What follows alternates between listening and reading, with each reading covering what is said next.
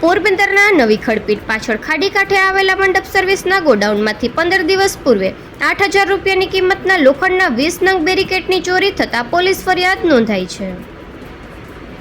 પોરબંદરના ઝુંડાળામાં આવેલા બરડાઈ બ્રાહ્મણ સમાજની બોર્ડિંગ સામે રહેતા અને નારાયણ મંડપ સર્વિસ ચલાવતા હિતેશ પ્રફુલભાઈ જોશીએ કમલાબાગ પોલીસ મથકમાં નોંધાવેલ પોલીસ ફરિયાદ મુજબ તેના મંડપ સર્વિસનો મોટાભાગનો સામાન નવી ખડપીટ પાસે ખાડી કાંઠે આવેલા ગોડાઉનમાં રાખવામાં આવે છે.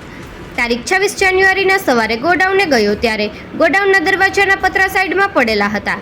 તેથી અંદર જઈને તપાસ કરતા લોખંડની રેલિંગ કે જેનો ઉપયોગ બેરિકેડ તરીકે કરે છે, 10 ફૂટ લંબાઈ અને 2 ફૂટ ઊંચાઈવાળા 400 રૂપિયાના એક એવા 20 બેરિકેડ કે જેની કિંમત 8,000 રૂપિયા છે તેની ચોરી થઈ હતી. આથી તેણે ફરિયાદ નોંધાવી છે. જોકે 15 દિવસ બાદ પોલીસે ફરિયાદ નોંધતા તસ્કરો હાથવેતમાં હોવાનું ચર્ચાઈ રહ્યું છે. સ્થાનિકોએ એવું પણ જણાવ્યું હતું કે ગોડાઉનની બાજુમાં આવેલ મંદિરની શિવલિંગ પરથી નાગદેવતાની પણ તસ્કરોએ ચોરી કરી હતી. નિપુલ પોપટ, પોરબંદર ટાઈમ્સ.